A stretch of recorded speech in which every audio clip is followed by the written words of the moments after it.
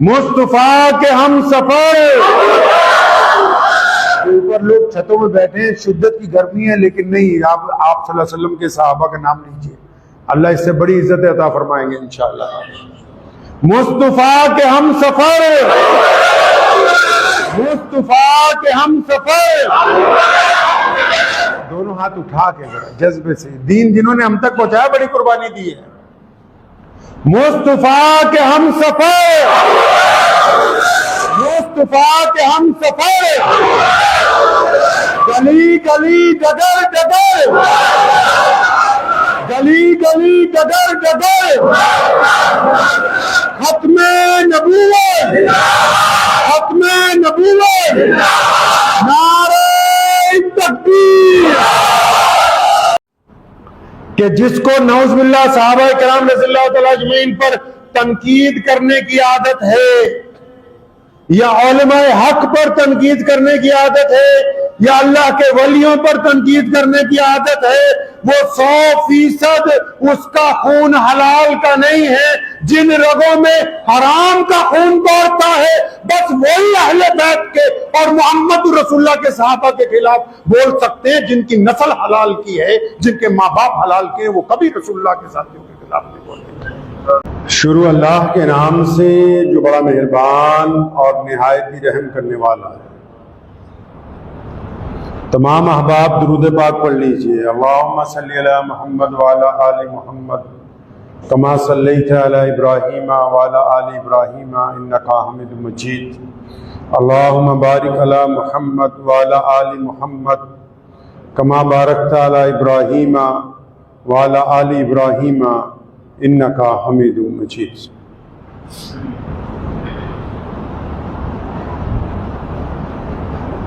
جنگ بدر کے موقع پر جب کائنات میں پہلی دفعہ کفر اور اسلام کے درمیان جنگ ہوئی تو ایک رات پہلے ابو جہل نے اپنے کچھ جاسوس نبی علیہ السلام کے لشکر کی طرف روانہ کیے. مقصد یہ تھا کہ یہ پتہ کر لیا جائے کہ صبح کو جن کے ساتھ مقابلہ ہے ان کے ساتھ لوگ کتنے ہیں، تعداد کتنی ہے، ساز و سامان کیسا ہے، سواریاں کیسی ہیں، تاکہ اسی انداز سے مقابلہ کیا جائے. تو چنانچہ جن دو لوگوں کو نبی علیہ السلام کے لشکر کی طرف صحابہ کرام رضی اللہ تعالی اجمعین کی طرف روانہ کیا گیا، انہوں نے واپس آ کے اپنی جو رپورٹ پیش کی ہے ابو جہل کو، تو اس کو سن کے وہ اتنا خوش ہوا کہ اس نے ان کی مکمل بات سننے سے پہلے ہی اعلان کر دیا کہ اب جنگ نہیں ہونے والی ہے، بلکہ بڑی اور طاقتور رسیاں اکٹھی کر کے لاؤ، کیونکہ محمد صلی اللہ علیہ وسلم کے ساتھ تو صرف 313 لوگ ہیں اور ہم ان کو باندھ کے یہاں سے لے جائیں گے مکے. اس نے یہ بات کیوں کہی؟ کیونکہ جن لوگوں نے نبی علیہ السلام کے لشکر کی مخبری کی تھی، جاسوسی کی تھی، انہوں نے آ کے ابو جہل کو یہ بات کہی کہ ہم وہاں گئے تھے رات کو، تو ان کی تعداد کچھ زیادہ نہیں ہے، مشکل سے 313 کے قریب ہیں. لیکن حیرت کی بات ہے کہ ان 313 میں بھی بہت سے لوگ بوڑھے ہیں اور کچھ بچے بھی ہیں ساتھ میں نوخیز، جن کی عمر 14-15 سال ہے. تو انہوں نے اسے کہا کہ مکے کے بادشاہ، ان کے ساتھ سواریاں تو ہیں ہی نہیں، گنتی کے چند گھوڑے ہیں، چند اونٹ ہیں، وہ تو پیدل ہیں سارے کے سارے. اور انہوں نے اور حیرت کی بات اسے بتائی کہ ان کے پاس تو لڑنے کے لیے ہتھیار بھی موجود نہیں ہیں، گنتی کی چند تلواریں ہیں، چند نیزے ہیں، باقیوں کے پاس تو صرف لکڑیاں ہیں. تو جب وہ جاسوس یہ بات کر رہے تھے، ابو جہل اتنا خوش ہوا تو اس نے اپنے ساتھ جو اور قبیلے کے لوگ تھے اور جنرل اس کے ساتھ آئے ہوئے تھے، اس نے ان کو کہا کہ اپنے سپاہیوں کو بولو ہتھیار نہیں رسیاں اکٹھی کرو تاکہ ہم ان مسلمانوں کو باندھ کے لے جائیں گے مکہ المکرمہ اور پھر بیت اللہ کے باہر جا کے ان کو سزائیں دیں گے۔ جب ابو جہل نے یہ بات کہی نا تو جو دونوں جاسوس جو رپورٹ پیش کر رہے تھے تو انہوں نے بڑی حیرت سے اپنے بادشاہ کو دیکھا اور انہوں نے کہا کہ آپ نے ابھی ہماری پوری بات نہیں سنی ہے، آپ تو پہلے ہی اپنا فیصلہ دینے لگ پڑے۔ تو ابو جہل کہنے لگا اچھا کوئی اور کمزوری بھی ہے؟ یعنی ہتھیار ان کے پاس نہیں، سواریاں ان کے پاس نہیں، طاقتور لوگ ان کے پاس نہیں، بچے ان کے ساتھ ہیں، بوڑھے ان کے ساتھ ہیں، کھانے پینے کا سامان، کہتا کوئی اور کمزوری بھی ہے؟ تو اب آخر میں ان جاسوسوں نے کہا کہ اب ہم کمزوری کی بات نہیں بتانے لگے، اب ہم تمہیں ان کی طاقت کی بات بتانے لگے۔ تو ابو جہل نے کہا کیا طاقت ہے ان کے پاس؟ تو ان دونوں لوگوں نے کہا کہ ہم 313 میں سے جس کو بھی ملے ہیں، نوجوانوں کو ملے، بوڑھوں کو ملے، نوخیز بچوں کو ملے، تو جس کو بھی ملے ہیں اس کو پوچھتے ہیں تم اتنی دور کیا کرنے آئے ہو؟ مدینے سے اس ریگستان میں کیوں آئے؟ اس تپتی دھوپ میں تم کیا کرنے یہاں تک پہنچ گئے؟ تو وہ یہ نہیں کہتے کہ ہم جنگ لڑنے آئے ہیں، وہ تو یہ کہتے ہیں کہ ہم محمد الرسول اللہ کے لیے اپنے آپ کو قربان کرنے آئے۔ اے میرے بادشاہ، جس قوم کے لوگ اپنے نبی کے نام پر اپنی جان کو کچھ نہ سمجھتے ہو، دنیا کی کوئی طاقت کوئی لشکر ان کا مقابلہ نہیں کر سکتا ہے۔ یہ ہیں صحابہ، یہ صحابہ کا ہم ذکر کر رہے ہیں جن کو لوگ صحابہ کہتے ہیں رضی اللہ اجمعین۔ کون ہے صحابی؟ کون ہوتا ہے صحابی؟ جس مسلمان نے ایمان کی حالت میں رسول اللہ کو دیکھا ہو وہ صحابی ہے۔ جس نے کلمہ پڑھنے کے بعد نبی کے پیچھے نماز پڑھی ہو وہ صحابی ہے۔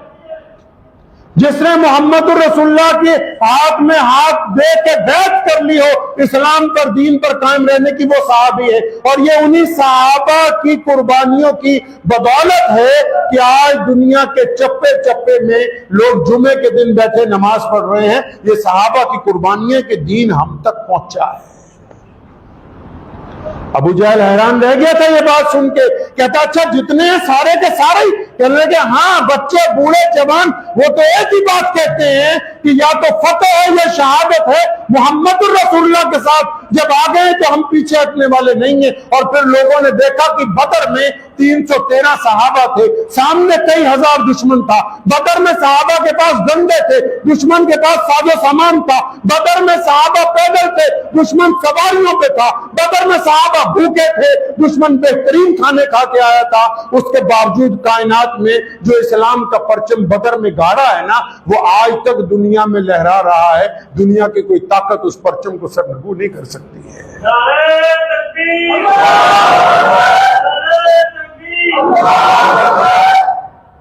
ایک صحابی ہیں مصعب بن عمیر رضی اللہ تعالی عنہ۔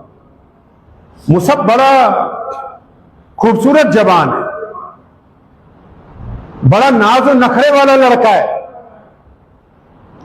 بچپن میں باپ مر گیا تھا، ماں نے اس طرح پالا ہے شہزادوں کی طرح، اور باپ اتنی زیادہ جائیداد چھوڑ گیا تھا، اتنی آمدنی ہے کہ کبھی تو غربت دیکھی نہیں مصعب نے،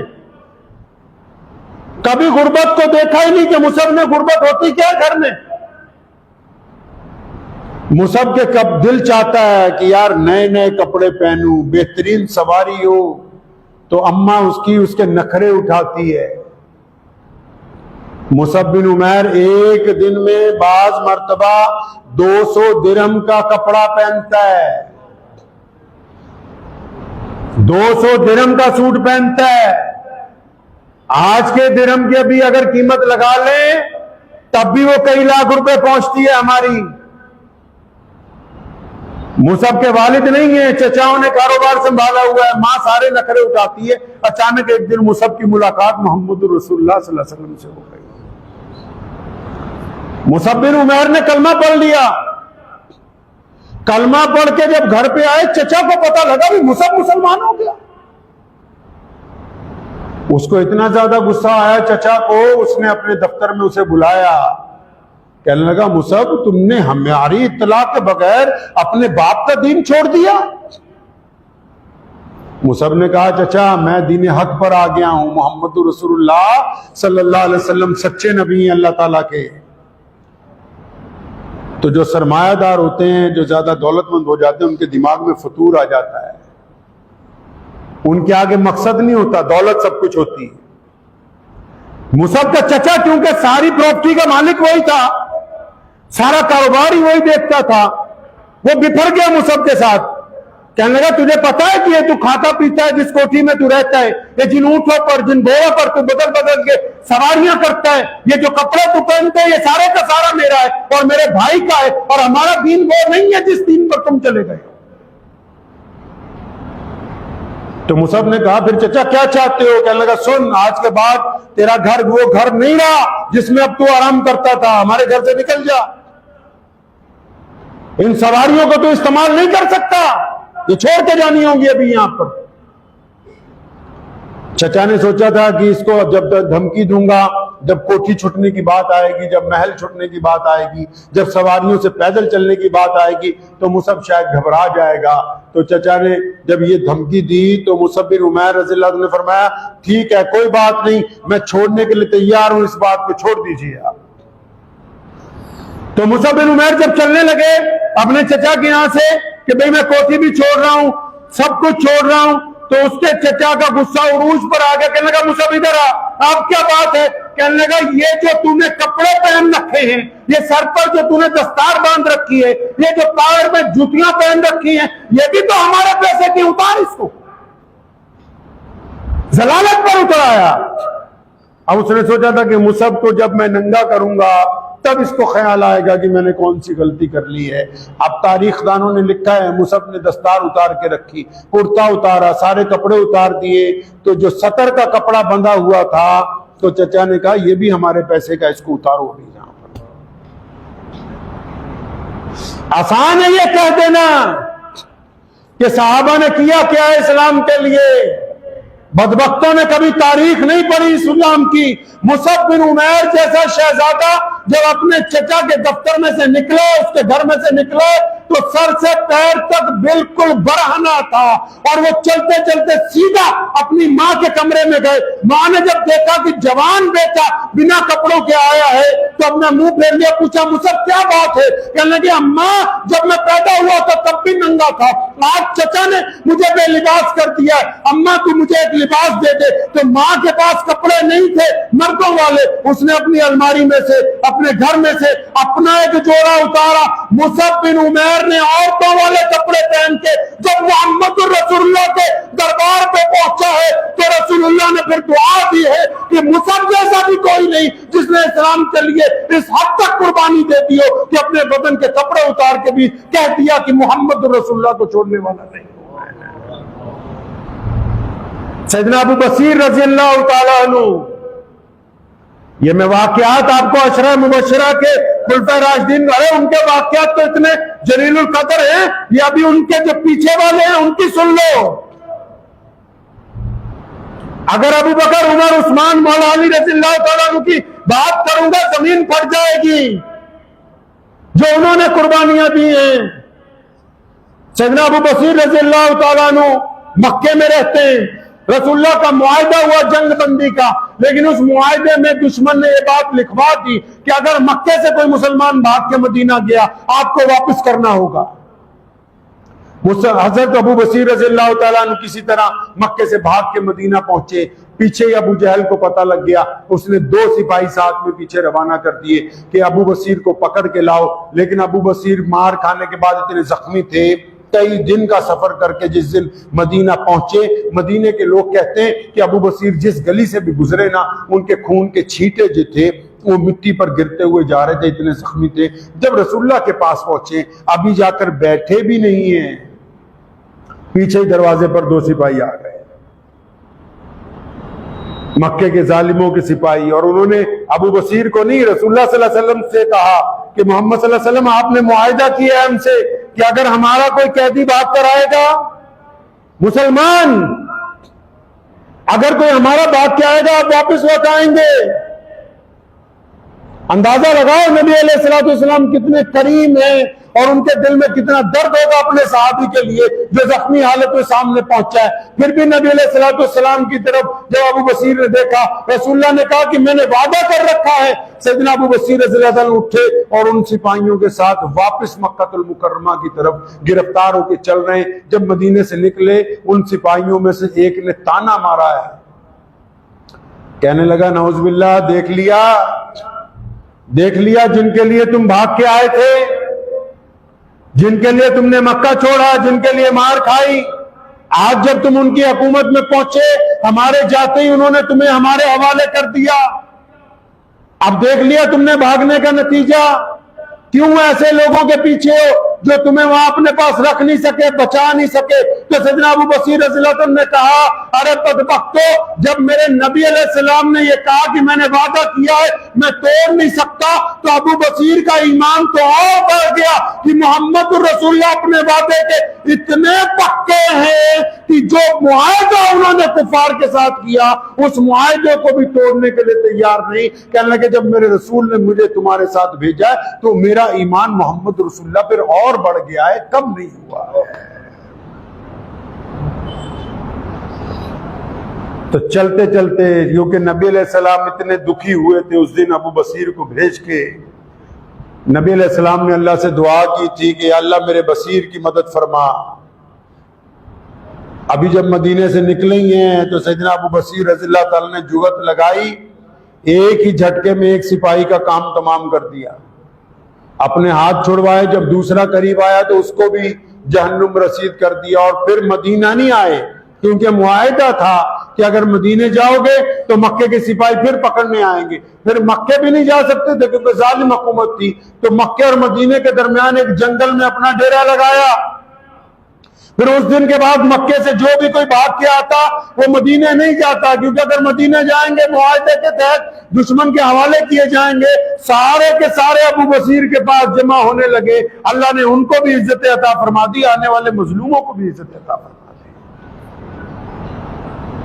لکھا ہے جنگ احد میں کہ ایک عورت ہے اس کا نام ام عمارہ رضی اللہ تعالی عنہ ہے, نبی علیہ الصلوۃ والسلام کے لشکر میں شامل ہے. کس کو لے کے گئی ہے ساتھ میں؟ اپنے خامد کو, اپنے بیٹوں کو, اپنے سکے بھائی کو, اپنے والد کو, گھر کے بڑے جتنے افراد ہیں. ام عمارہ بھی ساتھ میں نبی علیہ السلام کی نصرت کے لیے ساتھ میں ہیں, جنگ بدر میں, جنگ احد میں ساتھ میں ہیں.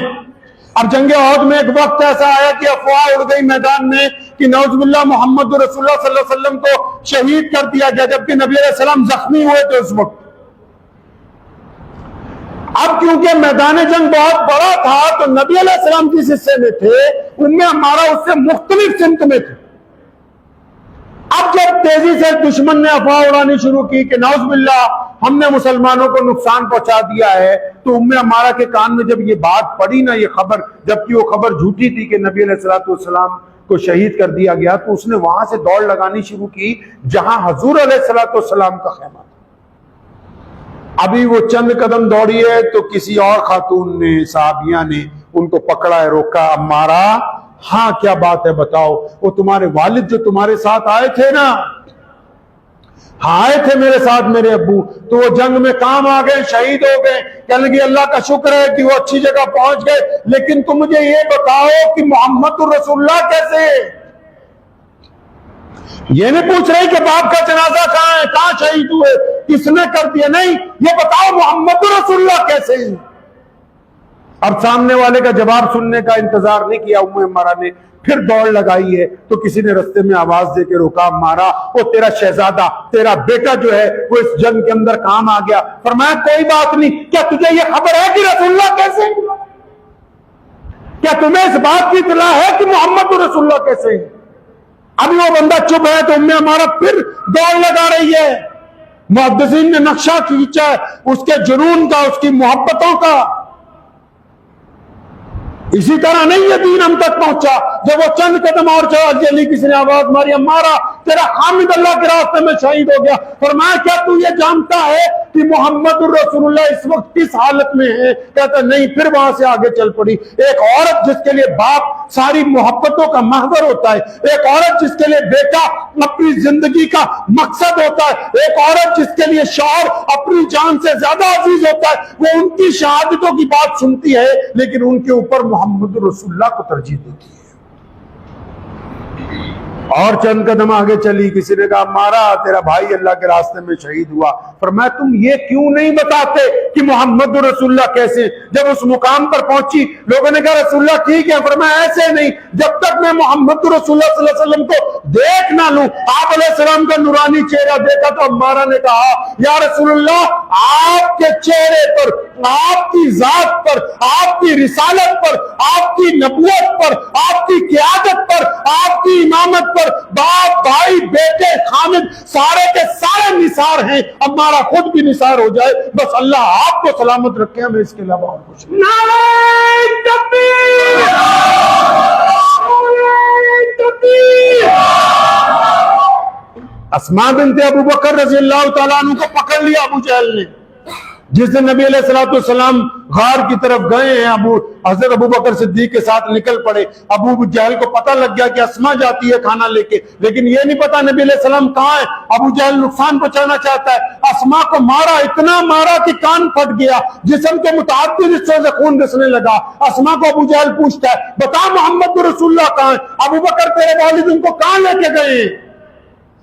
اسماء بنت ابو بکر کہتی ہیں، فرمانے لگی کہ میں نے اپنے دل سے کہا اسماء پیارے محمد علیہ السلام نے کہا تھا بیٹا میری شریعت میں جھوٹ بولنا حرام ہے، میری شریعت میں جھوٹ بولنا حرام ہے۔ آج اگر تو جھوٹ بولے گی نبی کو بچانے کے لیے بھی تو شریعت کا کیا ہوگا، اور اگر سچ بولے گی تو نبی علیہ السلام کو نقصان پہنچے گا۔ اسماء بنت ابو بکر رضی اللہ تعالیٰ عنہ نے تاریخی بات کہی تھی، کھڑے ہو کے ابو جہل کے سامنے کہا تھا اے مکے کے سردار کان کھول کر سن لے اس بات کو آج تو کہ اسماء کو پتا ہے کہ محمد الرسول اللہ کہاں ہے، لیکن اگر تو پوری دنیا کی طاقت بھی لگوا لے تو اسماء تجھے بتائے گی نہیں کہ رسول اللہ ہے کہاں پہ۔ سچ بول کے رسول اللہ کی شریعت کو بچایا اور ظلم برداشت کر کے محمد رسول اللہ کی عزت کو بچایا ہے۔ سیدنا زید رضی اللہ تعالیٰ عنہ اور سیدنا خبیب رضی اللہ تعالیٰ عنہ، یہ دو صحابی ایسے ملتے ہیں کہ مدینے سے دور، مکے سے بڑی دور، ابو سفیان اس وقت موجود تھے، مسلمان نہیں ہوئے تھے۔ ان کو جب پھانسی دی جانے لگی نا تو ان کو دشمن نے کہا کہ بس اتنا کرو ہم تمہاری پھانسی ٹال دیتے ہیں، تم جو تختہ دار پر کھڑے ہو بس اتنا کہہ دو، اتنا کہہ دو کہ میری جگہ نعوذ باللہ میرے نبی کو آپ پھانسی دے دیجئے۔ صرف کہنا ہے، وہ نبی تک پہنچ نہیں سکتے۔ تو کیا کہا سیدنا خبیب نے، سیدنا زید نے؟ اور فرمایا بدبختو اگر میں آرام میں بھی ہوتا اپنے گھر میں اور نبی علیہ السلام کے پاؤں میں کانٹا بھی چبھ جاتا میں تو اس کو برداشت نہیں کرتا ہوں۔ تمہیں مجھے قتل کرنا ہے، مجھے مارنا ہے تو مار لو۔ تمہاری یہ جو خواہش ہے کہ ایک نبی کا وفادار نعوذ باللہ نبی کی غیر موجودگی میں بھی ان کے خلاف کوئی بد زبانی نعوذ باللہ اپنی زبان پر لے آئے تو قیامت آ سکتی ہے، ایسا ممکن نہیں ہو سکتا ہے۔ قیامت آئے گی، یہ بات ممکن نہیں ہوگی۔ زید بن حارثہ کو شاید آپ جانتے ہو، وہ ایک ایسے بچے ہیں جو نبی علیہ السلام کے گھر میں پلے اور بڑے شہزادے تھے، لیکن جب نبوت کے گھر میں پہنچے تو غلام تھے، بک کر آئے۔ وہ کئی سفر میں جا رہے تھے، رستے میں ڈاکو نے حملہ کیا، گرفتار کر لیا، لا کے مکے میں بیچا۔ ایک بندے نے خرید لیا، وہ بندہ سیدنا خدیجہ رضی اللہ عنہ کا بھائی تھا، اس نے تحفے میں بھتیجا تھا، اس نے تحفے میں یہ غلام اپنی پھوپھی جان کو یعنی ہماری ماں امی خدیجہ کو تحفے میں دے دیا۔ اب وہ بچہ نبی علیہ السلام کے گھر میں پلنے لگا، وہیں پر جوان ہوا ہے۔ تو جب ایک دفعہ سفر میں کہیں گئے کچھ لوگ اس کے علاقے کے آئے, انہوں نے اسے دیکھا, ارے یہ تو زید بن حارثہ ہے, حارثہ کا بیٹا ہے, یہ تو بڑے لوگ ہیں, زید تم یہاں کیسے؟ میں تو یہاں پہ غلام ہوں. یہاں کے کرتے ہو؟ محمد رسول اللہ کے گھر پہ رہتا ہوں. انہوں نے جا کے اس کے باپ کو بتایا, اس کی ماں کو بتایا کہ تمہارا بیٹا جو بچھڑ گیا تھا نا, وہ آج کل مدینے میں ہے, محمد رسول اللہ کے گھر میں رہ رہا ہے. وہ لوگ گھر سے چلے کئی بوریوں میں مال لے کے, کئی بوریاں سامان کی لے کے, دولت کی لے کے, کہ اپنے غلام بیٹے کو چھڑوانا ہے. اس وقت رواج تھا دنیا میں کہ لوگوں کو خرید لیا جاتا تھا, بیچ دیا جاتا تھا. زید بن حارثہ کے والد جب پہنچے نبی علیہ الصلوۃ والسلام کے پاس, انہوں نے کہا ایسے ایسے ہمارا بیٹا آپ کے پاس ہے. آپ صلی اللہ علیہ وسلم نے کہا بالکل ہے, بلوایا ان کو. تو انہوں نے کہا کہ یا رسول اللہ ہم تو اسے آزاد کروانے لائے ہیں. تو نبی علیہ السلام نے فرمایا یہ تو ہمارے پاس آزاد ہی ہے, مجھے تمہاری کسی قیمت کی ضرورت نہیں ہے, آپ اس کو لے جا سکتے ہیں. اب زید بن حارثہ کو ان کے بھائی نے کہا, امی بہت روتی ہے. والد سے جب وہ ملے تھے دھاڑے مار مار کے رونے لگے تھے, وہیں کئی سال بعد ملاقات ہوئی تھی, چچا بھی ساتھ میں آئے تھے. اب انہوں نے جب سب سے مل ملا لیا, جب باپ نے چچا نے کہا ہم تجھے لینے آئے ہیں, اب تجھے ہمارے ساتھ واپس اپنے گاؤں جانا ہے, اپنے شہر میں جانا ہے, تو زید بن حارثہ تو اچانک پلٹ گئے, مکر گئے, فرمانے لگے میں محمد رسول اللہ کو چھوڑ کے جانے والا نہیں. باپ حیران ہے کہ ایک بندہ غلامی پر ترجیح دے رہا ہے آزادی کو, اپنے آپ کو غلام بنا کے رکھنا چاہتا ہے. تو ان کے بھائی نے, والد نے پوچھا یہاں ایسا کیا ہے, یہاں تو غلام ہے. فرمایا نہیں ابا جی, جو محمد رسول اللہ کے ساتھ رہتے ہیں وہ رسول اللہ کے غلام ہیں, دنیا کے مالک ہیں. وہ جو رسول اللہ کے غلام ہیں وہ کائنات میں معزز ہیں.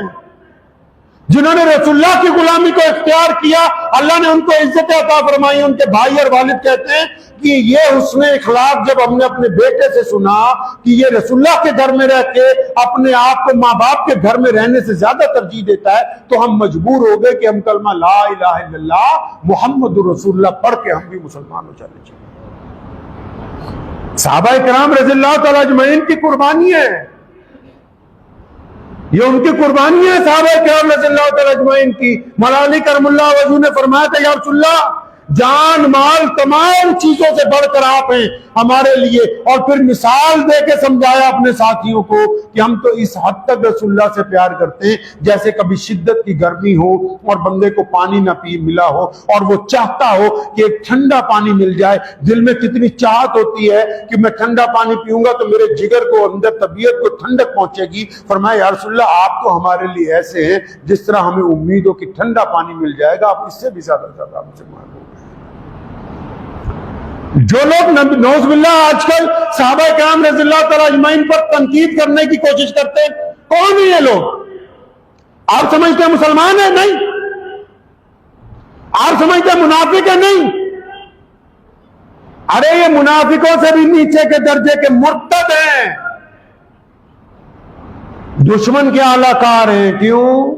دنیا میں ایک طریقہ ہے کہ جب آپ کا کسی پر بس نہیں چلتا نا, جب آپ کا کسی پر بس نہیں چلتا کہ سامنے والے کسی بڑے آدمی کی آپ برائی کرنا چاہیں, آپ کا بس نہیں چلتا, ڈر لگتا ہے آپ کو, تو آپ پھر اس کو کچھ نہیں کہتے, اس کے دائیں بائیں دوستوں کی, رشتہ داروں کی, جاننے والوں کی برائیاں کرتے ہیں.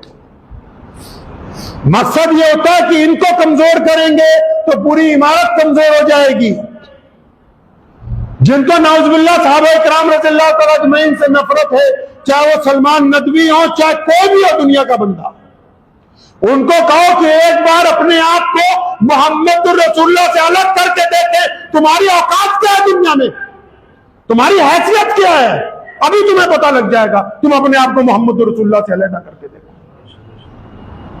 تمہاری جو حیثیت ہے, تمہاری جو اوقات ہے. میں اکثر ملت فروشوں کو, غداروں کو, بے ایمانوں کو بھی یہ بات کہا کرتا ہوں کہ تم یہ جو خوش ہو رہے ہو کہ ہماری ملت فروشی کی وجہ سے فلاں بڑا غیر مسلم ہمارے ساتھ ہے, فلاں لوگ ہمارے ساتھ ہیں, یا فلاں فرقہ ہمارے ساتھ ہیں, وہ ملت فروشوں اس لیے تمہارے ساتھ ہیں کیونکہ تم اپنے آپ کو مسلمانوں کا حصہ بتاتے ہو. جس دن تم یہ کہو گے کہ ہمارا دین سے کوئی تعلق نہیں ہے, تب تمہیں تمہاری اوقات پتہ لگے گی. تمہاری پوچھ بھی اس وقت تک ہے جب تک تم اپنے آپ کو اسلام کا حصہ بتاتے ہو.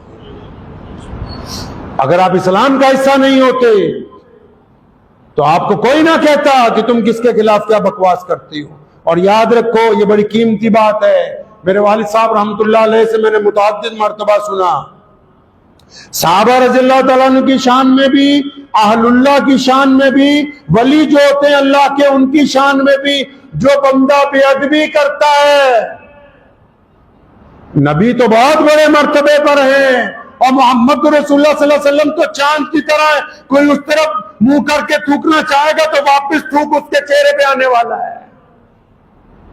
صحابہ ستاروں کی طرح ہے, اگر چاند کی طرف منہ کر کے تھوکو گے تو واپس منہ پہ آئے گا, ستاروں کی طرف بھی اگر منہ کر کے تھوکو تو واپس منہ کے اوپر آئے گا. شیر اسلام مولانا حبیب الرحمان ثانی لدھیانوی رحمۃ اللہ علیہ فرمایا کرتے تھے کہ بیٹا اچھی طرح اس بات پر یقین کر لو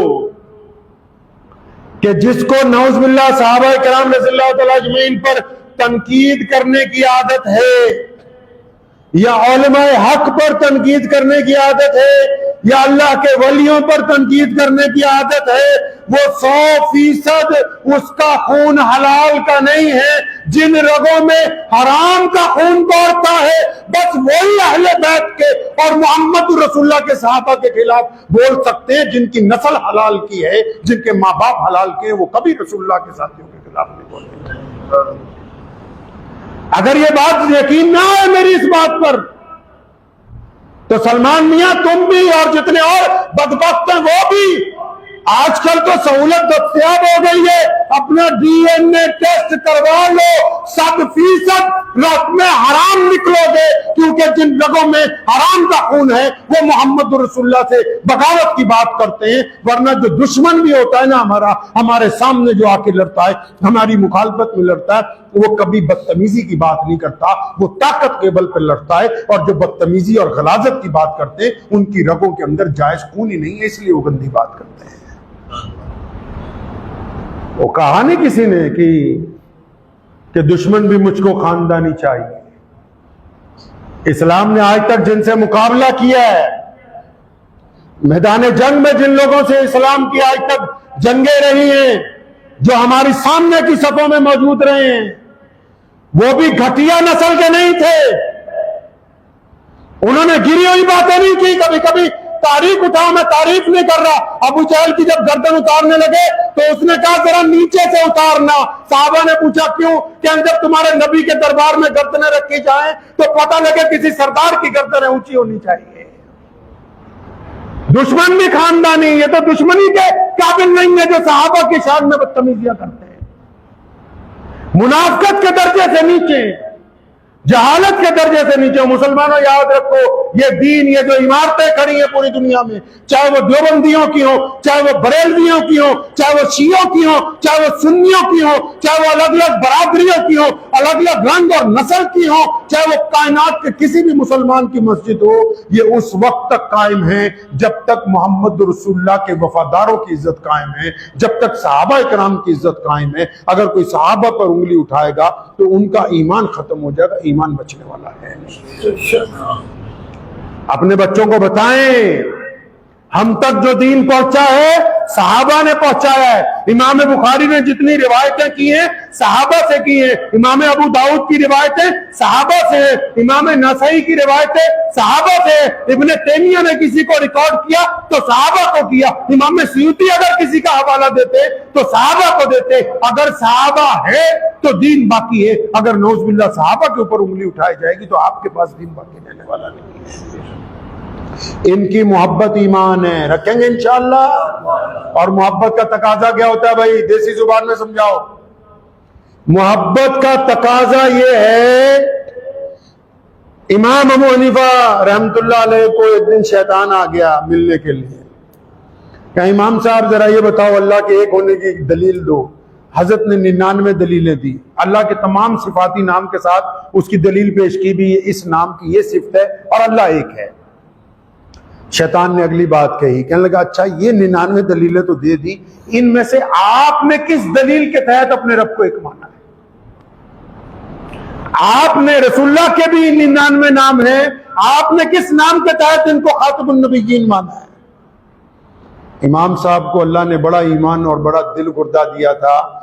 فرمایا بدبخت شیطان, تجھے یہ نہیں پتا کہ ہم اللہ اور اس کے رسول سے محبت کرتے ہیں؟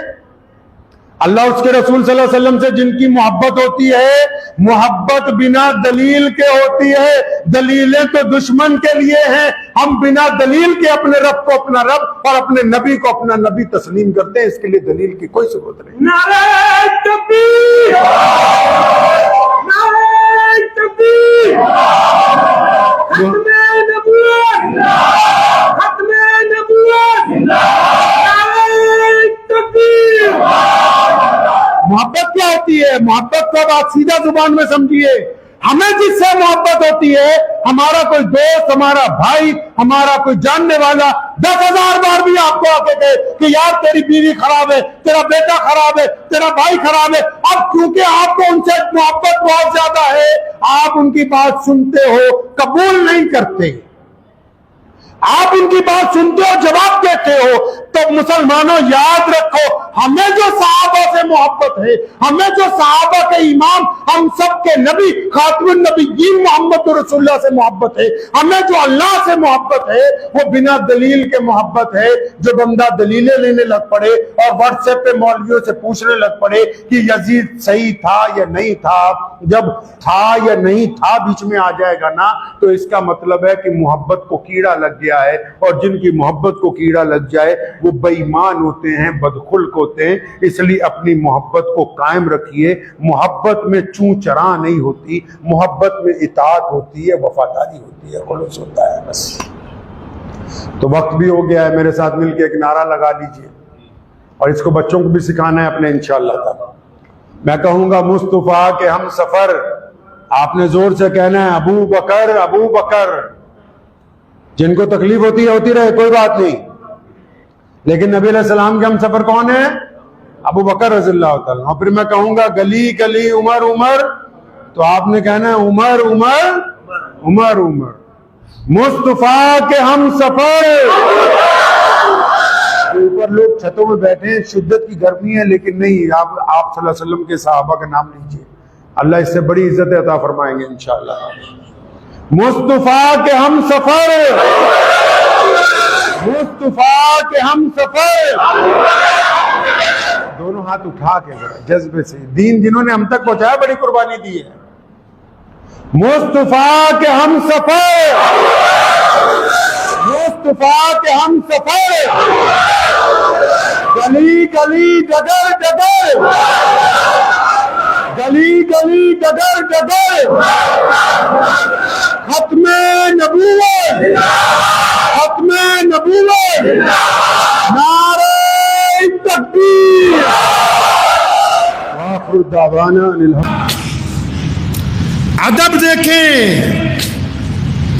معیار دیکھیں۔ حضرت عبداللہ مزنی رضی اللہ تعالیٰ عنہ جب مسلمان ہوئے، باپ کا انتقال بچپن میں ہو گیا تھا، چچا پالتا تھا، اور چچا نے جب بلایا ہوئے تو مسلمان ہو گیا، فرمایا ہاں میں محمد رسول اللہ کا عاشق بن گیا ہوں۔ فرمایا اچھا جیب میں جتنا مال ہے نکال، یہ تو ہمارا ہے۔ سارا مال نکلوایا، سر سے پگڑی اتروائی، اور پھر اتنا شدت پسند تھا ان کا چچا کہ لگا یہ کپڑے بھی اتار جو تو نے پہن رکھے، اس نوجوان کو بالکل ننگا کر دیا، اور فرمایا اب جا اپنے رسول کے پاس۔ وہ پھر اسی ننگے انسان کی حالت میں اپنی ماں کے پاس گئے اور رو کے کہا اماں میں تو ننگا ہی پیدا ہوا تھا نا، آج پھر تیرے پاس آ گیا ہوں۔ ماں نے عورتوں والا لباس دیا، یہ پہن لے۔ عورتوں کا لباس پہن کے مدینہ پہنچے ہیں، اور نبی اکرم صلی اللہ علیہ وسلم نے اپنی چھاتی سے لگایا، فرمایا میرا عبداللہ مزنی جو اسلام کے لیے قربانی دے کے آیا، اس کو ہم کس طرح فراموش کر سکتے ہیں۔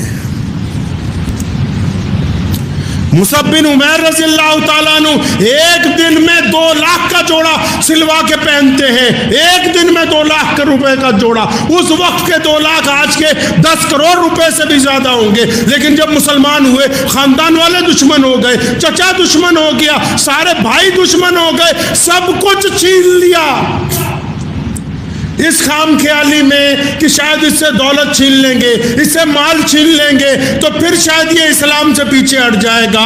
محمد رسول اللہ کے پاس پھٹے ہوئے کپڑوں کی حالت میں پہنچے، فرمایا یا رسول اللہ آپ پہ تو ماں باپ، اولاد، مال، جان سب کچھ نچھاور کیا جا سکتا ہے، دنیا کی مال و دولت کیا ہے۔ سیدنا عمار بن یاسر رضی اللہ تعالیٰ عنہ شہادت دیتے ہیں، سمیہ رضی اللہ تعالیٰ عنہ شہادت دیتی ہیں، سیدنا امیر حمزہ رضی اللہ تعالیٰ عنہ کی لا مثال شہادت کو محمد رسول اللہ نے سید الشہداء کا۔ اسلام کی ابتدائی تاریخ اگر آپ پڑھیں گے، مسلمانوں پر ظلم اور تشدد کی جو داستانیں ہیں سن کر آپ کے رونگٹے کھڑے ہو جائیں گے کہ محمد رسول اللہ سے ان کے یاروں کو، محمد رسول اللہ سے ان کے صحابہ کو پیچھے ہٹانے کے لیے کیا کچھ نہیں کیا دنیا نے، اور کیسے کیسے لوگ تھے وہ۔ سیدنا عمر رضی اللہ تعالیٰ عنہ ایک دن گھر پہ بیٹھے ہوئے، کوئی بات چیت چل رہی تھی ان کے اور ان کے بیٹے کے درمیان۔ انہوں نے کہا پیارے پیغمبر علیہ السلام نے ایسے ایسے کہا۔ بیٹا آگے سے پتہ نہیں کیا کہنا چاہتا تھا، اس نے کہا ابا جی لیکن میری، اس نے لفظ صرف لیکن کہا نہ۔ اتنا غصہ آیا عمر فاروق کو، کھڑے ہوئے اپنے بیٹے کو گریبان سے پکڑا، دھکا دے کے گھر سے باہر نکالا، فرمایا میں نبی علیہ السلام کی بات کرتا ہوں، تو لفظ لیکن نکالتا ہے زبان سے؟ میرے نبی کے نام کے آگے لفظ لیکن؟ پتہ نہیں کیا کہنا تھا، کیا گزارش کرنی تھی، لیکن اسی بات پر ناراض ہو گئے کہ نبی علیہ السلام کے جب احکامات کی بات آئی ہو تو چون چرا نہیں ہو سکتی، گھر سے نکال دیا باقاعدہ۔ ابو بکر صدیق رضی اللہ تعالیٰ عنہ خلیفہ تھے، ابو بکر صدیق خلیفہ تھے، کئی جب دن گزر گئے بچہ ان کے پاس گیا، آپ ہی چچا جا کے سمجھا دو ابا کو، بہت زیادہ سخت ہیں۔ وہ حضرت عمر رضی اللہ تعالیٰ عنہ کے پاس گئے اور پوچھا کیا بات ہے؟ فرمایا تجھے نہیں پتا کیا بات ہے؟ فرمایا ابو بکر یہ بتا کہ میرے بیٹے کی جگہ تیرا بیٹا ہوتا تو کیا کرتا؟ فرمایا تو نے تو صرف دھکا مارا، تلوار نکالی تھی، میں تو گردن اتار دیتا اگر محمد رسول اللہ صلی اللہ علیہ وسلم کے لفظ کی جگہ لفظ لیکن آ جاتا ساتھ میں۔ مسلمانوں کا جرنیل، مسلمانوں کا وہ جرنیل جس نے جزیرہ عرب سے لے کے افریقہ کے ساحل تک یہ جتنے لوگ آج بیٹھے ہوئے راج کر رہے ہیں، ان کو یہ زمینیں جس بندے نے فتح کر کے دی اس کا نام خالد بن ولید رضی اللہ تعالیٰ عنہ، جس کا نام سن کے کیسر و کسرا کانپتے تھے۔ اس جرنیل نے اپنی عدالت میں کسی مسلمان منافق کو موت کی سزا سنا دی۔ حضرت ابو بکر صدیق خلیفہ تھے، ابو بکر رضی اللہ تعالیٰ عنہ خلیفہ تھے، عمر رضی اللہ تعالیٰ عنہ ان کے ایڈوائزر تھے۔ انہوں نے کہا بلاؤ خالد بن ولید کو، اس کی کیا ضرورت ہوئی کسی کو قتل کی سزا دے سکتا ہے، فٹافٹ بلاؤ اس کو۔ محاذ سے واپس بلا لیا، لاکھوں مربع میل کا فاتح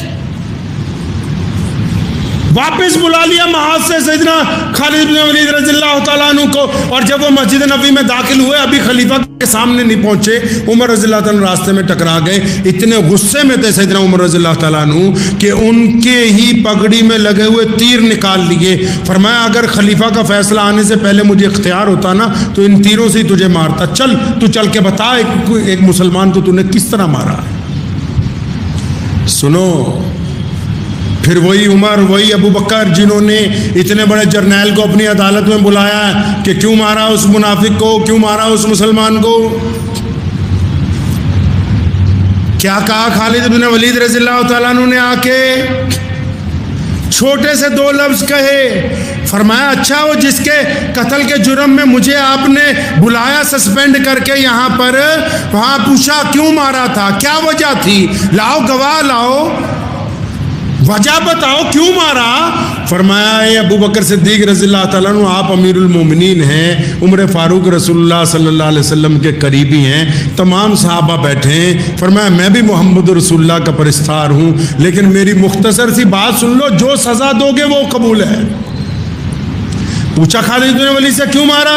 فرمایا وہ میرے پاس آیا اور اس نے زکوٰۃ کی جب بات کی مسئلہ بیان کرنے کے لیے تو اس نے مجھے یہ کہا کہ تمہارے نبی نے اس طرح کہا ہے۔ کہنے لگے جب میں نے لفظ تمہارا سنا تو اس کی گردن علیحدہ کر دی۔ فرمایا اس کا مطلب یہ نبی کو ہمارا نبی نہیں کہتا، تمہارے کا مطلب یہ ہے کہ اسلام سے بغاوت کا اعلان کرتا ہے۔ وہی خلیفہ ہے، وہی عمر فاروق ہیں. اٹھ کے چھاتی سے لگایا خالد بن ولید کو، فرمایا اچھا نبی علیہ الصلوۃ والسلام کو لفظ تمہارا استعمال کیا، پھر اگر تم نے سزا دی ہے اس مسلمان منافق کو تو درست سزا دی ہے. سیدنا بلال رضی اللہ تعالیٰ عنہ کے گلے میں رسی ڈالی ہوئی ہے، رسی ڈال کے چھاتی کے اوپر پتھر رکھے ہوئے ہیں، اور ان پتھروں کو رکھنے کے بعد ریتلی زمین پر ان کو گھسیٹا جا رہا ہے. بھائی بلال نے کیا کر دیا؟ بھائی بلال کا قصور یہ ہے کہ محمد رسول اللہ صلی اللہ تعالی علیہ وسلم کے عشق کا دم بھرتا ہے. سیدنا حبیب بن زید رضی اللہ تعالیٰ عنہ کے ہاتھ کاٹے جا رہے ہیں، پیر کاٹے جا رہے ہیں، باری باری کر کے کان کاٹے جا رہے ہیں، ناک کاٹا کہ بھئی حبیب بن زید کا قصور کیا؟ نہیں، یہ محمد الرسول اللہ کا وفادار ہے، یہ اس کا قصور. سیدنا ابو بکر صدیق رضی اللہ تعالیٰ عنہ کو بیچ بازار میں ابو جہل نے، عتبہ اور ولید نے گھیرا. ایک دن 50 آدمی ایک بندے پر حملہ کرتے ہیں اور اتنی شدت سے مارا، اتنی دیر تک مارا کہ ان کو یقین ہو گیا کہ ابو بکر رضی اللہ تعالیٰ عنہ شہید ہو گئے. گھر والے آئے، اٹھا کے گھر لے گئے. 3 دن بعد ہوش آئی. ہوش آنے کے بعد ابو بکر نے یہ نہیں پوچھا کہ میں کہاں پہ ہوں، یہ نہیں پوچھا میرے چوٹ کتنی لگی، یہ نہیں پوچھا کہ میں کتنے دن بے ہوش رہا. ہوش آنے کے بعد پہلا لفظ زبان سے نکلتا ہے کہ میرے پیارے محمد صلی اللہ علیہ وسلم کیسے ہیں، ہمارے نبی علیہ الصلوۃ والسلام کیسے ہیں. ایک بوڑھی عورت آتی ہے، ایک بوڑھی عورت نے آ کے نبی علیہ الصلوۃ والسلام کو کہا یا رسول اللہ آپ نے اعلان کیا کہ اللہ کے راستے میں کچھ دیں اور دشمن آپ کو مارنے کے لیے آ رہے ہیں، جنگ بدر تیار ہے. یا رسول اللہ گھر میں نوجوان نہیں، پیسے نہیں، دھن نہیں، دولت نہیں، کوئی ساز و سامان نہیں، بس یہ ایک بچہ 1 سال کا، وہ مجھے پتا آپ کے پاس ڈھالے کم ہیں، آپ اس بچے کو بھی ساتھ لے جائیں، دشمن اگر آپ کی طرف تیر مارے تو آپ اس کو بطور ڈھال استعمال کریں، میرے بچہ بطور ڈھال استعمال ہوگا تو میں سمجھوں گی کہ میں نے محمد رسول اللہ کے لیے کوئی قربانی پیش کی ہے. بچہ اس کے جذبے کو دیکھ کے اسے واپس لوٹایا گیا. یہ واقعات آپ کو اس لیے سنا رہا ہوں کہ کچھ لوگ نعوذ باللہ محرم کے دنوں میں یہ کہنا چاہتے ہیں کہ صحابہ کو اہل بیت سے محبت نہیں تھی. نعوذ باللہ کچھ لوگ مولا علی کرم اللہ وجہہ کا نام لے کر، کچھ لوگ سیدنا امام حسین رضی اللہ تعالیٰ عنہ کا نام لے کے پیارے پیغمبر علیہ السلام کے صحابہ پر انگلی اٹھانا چاہتے ہیں. یاد رکھو کان کھول کے، یہ پوری کائنات میں جو دین باقی ہے یہ محمد رسول اللہ کے صحابہ کے صدقے میں باقی ہے، یہ ان کی بدولت باقی ہے. اور کن کی بات کرتے ہو؟ اہل بیت کی، کہ اہل بیت کو نعوذ باللہ صحابہ کرام رضی اللہ تعالیٰ اجمعین کا ان سے تعلق نہیں تھا. ارے اہل بیت سے جو وفاداری صحابہ نے نبھائی ہے وہ تم نہیں نبھا سکتے. اور اتنا پیار تھا اہل بیت کو صحابہ سے.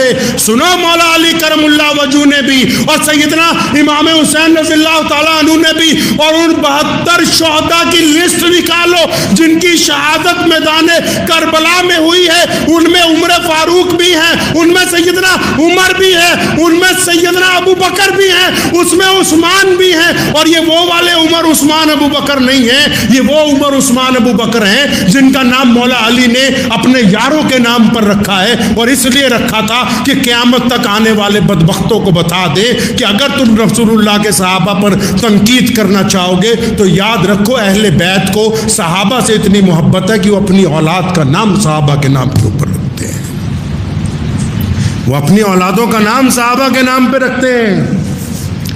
یہ ان کا مقام ہے. اور اہل بیت سے اس طرح کا عشق ہے صحابہ کرام رضی اللہ تعالیٰ اجمعین کو. سیدنا عمر رضی اللہ تعالیٰ عنہ جب خلیفہ بنے تو ان کے بیٹے، اپنے بیٹے کو انہوں نے کہا تھا، بیٹے نے ایک دن سوال کیا تھا یا امیر المومنین جب مال غنیمت آتا ہے بہترین کپڑے سیدنا امام حسن اور حسین رضی اللہ تعالیٰ عنہ کو پیش کی جاتے ہیں، بہترین ساز و سامان، ہم بھی تو صحابہ ہیں، ہم نے بھی تو جنگیں لڑی ہیں. فرمایا نہیں نہیں نہیں، اس بات کو ہمیشہ یاد رکھو، تمہارا نانا پتہ نہیں کون ہے، ان کے نانا سیدنا خاتم النبیین محمد الرسول اللہ ہے، تمہارا باپ جو ہے میں ہوں، اور ان کا باپ تو مولا علی کرم اللہ وجہہ ہے جس کی محبت مسلمانوں کا ایمان. جن کے بارے میں محمد رسول اللہ نے کہا کہ ان کی محبت مسلمانوں کے ایمان کا حصہ ہے. فرمایا تمہاری ماں کون ہے؟ ان کی ماں تو سیدنا فاطمہ الزہرا ہے. تمہاری نانی کون ہے؟ ان کی نانی تو ام المومنین خدیجہ الکبریٰ ہے. صحابہ رضی اللہ تعالیٰ عنہ نے قدم قدم پر اہل بیت کی محبتوں کا اعلان کیا ہے. قدم قدم پر اہل بیت کی محبت کا، اہل بیت کی وفاداری کا، اور پھر اہل بیت نے ان کو اس طرح اپنے ساتھ لگا کے رکھا کہ میدان کربلا کے شہداء میں سیدنا امام حسین کے ساتھ عمر بھی شہید ہوئے، ابو بکر بھی شہید ہوئے اور عثمان بھی شہید ہوئے. رسول اللہ یہ نام اس لیے نہیں لیے جاتے کہ کہیں مسلمانوں کو پتہ نہ لگ جائے کہ اچھا اتنی محبت تھی کہ اپنے بچوں کا، اپنے بھائیوں کا نام بھی رسول اللہ کے دوستوں کے نام پر رکھا ہوا ہے. پیارے محمد رسول اللہ کے جو دوست ہیں، محمد رسول اللہ کے جو یار ہیں، کل قیامت کا بھی دن جب ہوگا تو وہ بھی محمد رسول اللہ کے روضے سے ساتھ میں آئیں گے. ایک دن نبی علیہ السلام مسجد نبوی سے باہر نکل رہے تھے. دائیں ہاتھ میں سیدنا ابو بکر صدیق کا ہاتھ تھا، بائیں ہاتھ میں سیدنا عمر رضی اللہ تعالیٰ عنہ کا ہاتھ تھا. صحابہ نے دیکھا، فرمایا کیا دیکھتے ہو؟ کل قیامت کا جب دن ہوگا میں اسی طرح اپنے روزے سے باہر نکل کے آؤں گا. ذہن نشین کر لیں ان واقعات کو. اسلام کی جو لازوال داستان ہے قربانیوں کی، وہ محمد رسول اللہ سے عشق و وفا کی داستان ہے. میں اعتراض کرنے والوں کا اعتراض سن سکتا تھا اگر وہ محمد رسول اللہ کے عاشق ثابت ہوتے، اگر ان کا چہرہ رسول اللہ کے چہرے سے میل کھائے، اگر ان کا کردار محمد رسول اللہ کے کردار سے میل کھائے، اگر ان کا کاروبار رسول اللہ کے کاروبار سے میل کھائے، اگر ان کا گھر رسول اللہ کے گھر سے میل کھاتا ہو. کام تو کوئی بھی نہیں رسول اللہ صلی اللہ علیہ وسلم کی سنت والا کرتے، اور اس کے بعد نعوذ باللہ اعتراض کرنے کی کوشش کرتے. عاشق رسول کی شرطیں لکھی ہیں رسول اللہ نے. فرمایا جس کو یہ دعویٰ ہے کہ میں عاشق رسول ہوں، جس کو یہ دعویٰ ہے کہ مجھے اللہ سے محبت ہے، جس کو یہ دعویٰ مجھے اہل بیت سے محبت ہے، پیارے پیغمبر علیہ السلام نے فرمایا تھا کہ جن کو یہ دعویٰ ہے کہ وہ عشق رسول کرتے ہیں تو وہ جھوٹ نہیں بول سکتے. اپنی چھاتی پہ ہاتھ رکھ کے بتاؤ دعویٰ کرنے والوں، کیا تم نے زندگی میں کبھی جھوٹ بولا ہے کہ نہیں بولا ہے؟ میں تو کہنا چاہتا ہوں آج اپنے ملک کے تمام جتنے بڑے شیعہ حضرات کے علماء ہیں ان سے، اور تمام سنی علماء سے بھی، چاہے وہ دیوبند کے ہوں چاہے بریلی شریف کے ہوں، یہ محرم کے نام پر جو بدماشیاں شروع کی ہیں لوگوں نے سرے بازار، شیعہ حضرات کو اس لیے کہتا ہوں، آپ کہتے ہیں کہ محرم کے کسٹوڈین آپ ہیں، تو پھر یہ عیاشی اور یہ جو بدماشی ڈھول بجا کے یہ سروں سے ننگی عورتیں جگہ جگہ شہروں میں اور شراب کے ٹھیکوں پر جو لائنیں لگی ہوئی ہیں، ان کو کون روکے گا؟ پھر یہ کون سا اسلام پیش کیا جا رہا ہے غیر مسلم اقوام کے سامنے؟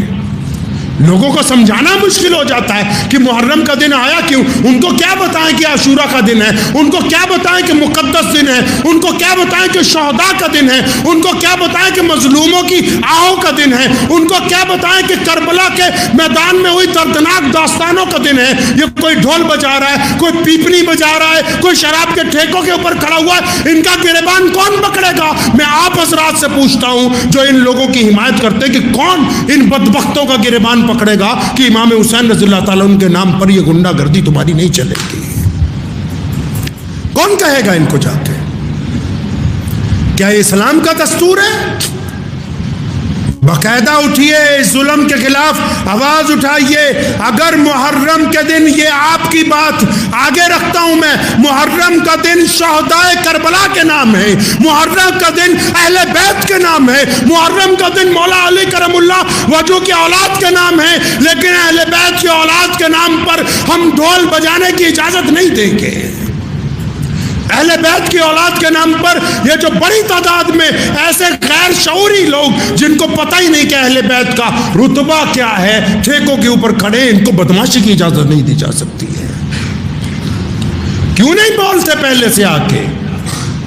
کیوں نہیں ان کے اوپر پابندی لگائی جاتی؟ اس کو کرنا ہوگا. غیر مسلم اقوام کو آپ بتا ہی نہیں پائیں گے, نہیں تو آنے والے دنوں میں یہ مشہور ہو جائے گا کہ اچھا مسلمانوں کا ایک تہوار ہے. آپ یہاں دیکھیے لدھیانہ دانا منڈی میں جتنے دیگر صوبوں سے آئے ہوئے مزدور طبقے کے لوگ ہیں, انہوں نے ہزاروں پیپنیاں منہ میں لگائی ہوئی تھی, بے شمار لوگ شراب کے ٹھیکوں کے اوپر کھڑے ہوئے تھے. یہ وہ حقیقت بیان کر رہا ہوں جو سن کے آپ کا شرم سر سے جھک جائے گا. کسی ایک نے فجر ظہر عصر مغرب عشاء نہیں پڑھی, کسی ایک نے کسی غریب کا ساتھ نہیں دیا. بڑے بڑے بینڈ باجے لے کے ڈی جے لے کے ڈھول بجا کے, ہو بھائی کیا بتانا چاہتے ہو؟ مولا علی رضی اللہ تعالیٰ عنہ کرم اللہ وجہ کی اولاد کے نام پر اسلام یتیم نہیں ہوا ہے ابھی. یہ جو ہم 5 وقت نماز پڑھتے ہیں یہ شہدائے کربلا کی قربانیوں کی وجہ سے پڑھتے ہیں, ورنہ یزید اسلام کو بدلنے کے لیے تیار تھا. اور اگر اس کی منمانی چل جاتی اس وقت دین کے اندر تو آج قیامت تک دین کی اصل شکل اور صورت باقی نہیں رہتی. اب آپ ان کی منمانیاں کب تک برداشت کرو گے؟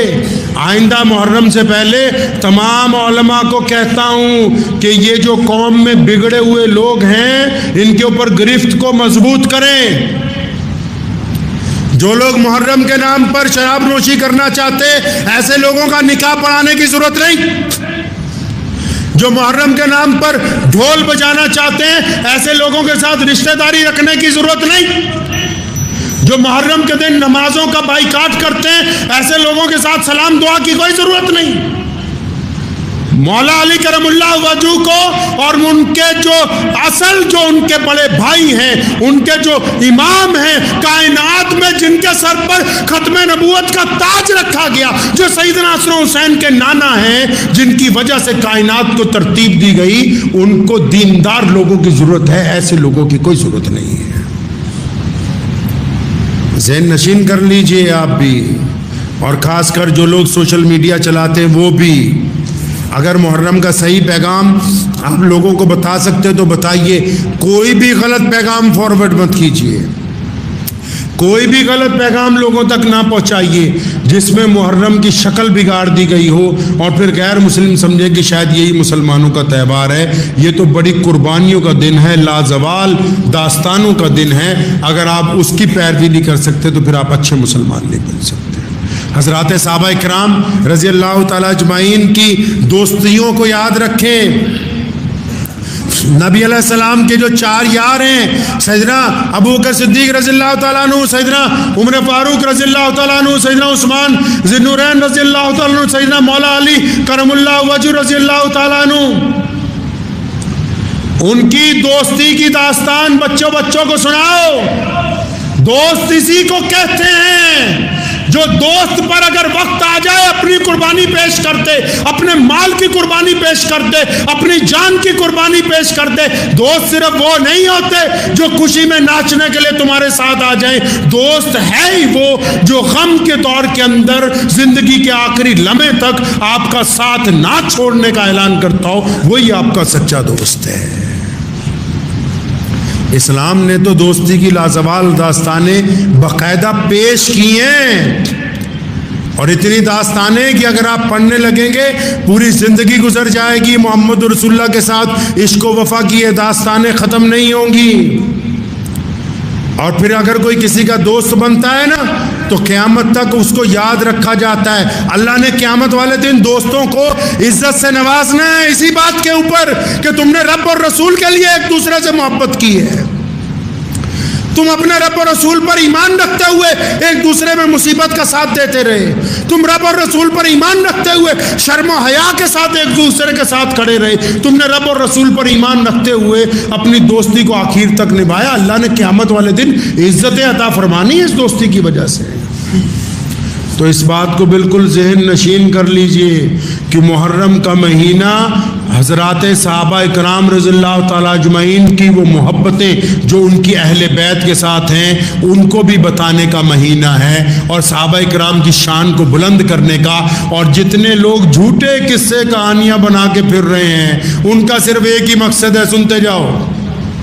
کئی لوگوں کو آپ سنیں گے نا نعوذ باللہ وہ صحابہ کی اولاد کے خلاف یا کسی صحابہ کے خلاف بولتے ہیں, ان کا کوئی لمبا چوڑا مقصد نہیں ہے. کیونکہ جو اسلام کے لیے کچھ کر نہیں سکتے پھر وہ فتنہ پھیلاتے ہیں. جس میں خود کچھ کرنے کا قابل نہیں نہ ہوتا بندہ، پھر وہ دوسرے کی برائی کرتا ہے. جو خود دین کو آگے نہیں پہنچا سکتا وہ دین کو آگے پہنچانے والوں کی ٹانگیں کھینچنے کی کوشش کرتا ہے. تو یہ جتنے فتنے باز حضرات صحابہ کرام رضی اللہ تعالیٰ اجمعین کے خلاف بولتے ہیں یا صحابہ کرام رضی اللہ تعالیٰ ان کی اولادوں کے خلاف بولتے ہیں، کوئی تاریخی ثبوت ان کے پاس موجود نہیں، کوئی مستند کتاب ان کے پاس موجود نہیں ہے. صرف اس لیے شوشہ اٹھاتے ہیں کہ مسلمانوں کو ورگلاتے رہیں، اصل مقصد سے پیچھے ہٹاتے رہیں. لیکن اصل مقصد اللہ اور اس کے رسول کی اطاعت ہے. اگر آپ اللہ اور اس کے رسول صلی اللہ علیہ وسلم کی اطاعت کریں گے، اہل بیت سے محبت اور عشق کریں گے، صحابہ کے ساتھ اپنی محبت کو قائم رکھیں گے، تو دنیا میں بھی کامیاب ہوں گے اور آخرت کے اندر بھی کامیاب ہوں گے. میدان کربلا میں شمر نے بدبخت نے کہا، کہتا جانوروں کو پانی میں دے سکتا ہوں. سیدنا امام حسین رضی اللہ تعالیٰ عنہ کو اور ان کی اولاد کو پانی نہیں دوں گا. اور پھر چند سال گزرنے کے بعد وہی شمر مختار شکفی سے جان بچاتا پھر رہا ہے، کیونکہ اس نے قسم کھائی ہے کہ میں نے امام حسین کے قاتلوں کو چن چن کے مارنا ہے. تخت پر بھی قبضہ کر لیا، حکومت بھی پلٹ گئی، اور کل کے پیادے آج کے مجرم بن گئے. کل جو میدان کربلا میں چلاتے پھرتے تھے کہ دیکھو ہم نے سیدنا امام حسین کا سر اتار لیا، ہم نے ان کو پانی نہیں دیا، آج وہ پانی کی بھیک مانگتے پھرتے. اور جب گرفتار کیے گئے تو بادشاہ نے کہا کہ ہاتھ پیر باندھو، اس کے جسم پر تلواروں کے نشان مارو، پھر اس کو بھوکا پیاسا ایک چوراہے میں ٹانگ دو. جب 3-4 دن گزر گئے، پیاس کی وجہ سے زبان باہر نکل آئی. کون؟ شمر، جو کہتا تھا کہ میں پانی نہیں دوں گا. وقت پلٹتے ہوئے دیر نہیں لگتی ہے. شمر نے سوچا نہیں تھا کبھی کہ یزید کا تختہ پلٹ جائے گا. ابن زیاد بھاگا بھاگا پھرتا ہے کہ میری جان چھوٹ جائے. ابن سعد بھاگا بھاگا پھرتا ہے کہ کوئی مجھے بچا لے. ابن زیاد کی گردن اسی محل میں، اسی تشت میں، اسی تاریخ کو اسی وقت مختار شکوی کے سامنے پیش کی گئی جس تاریخ میں اس نے سیدنا امام حسین رضی اللہ تعالیٰ عنہ کا سر اتارا تھا.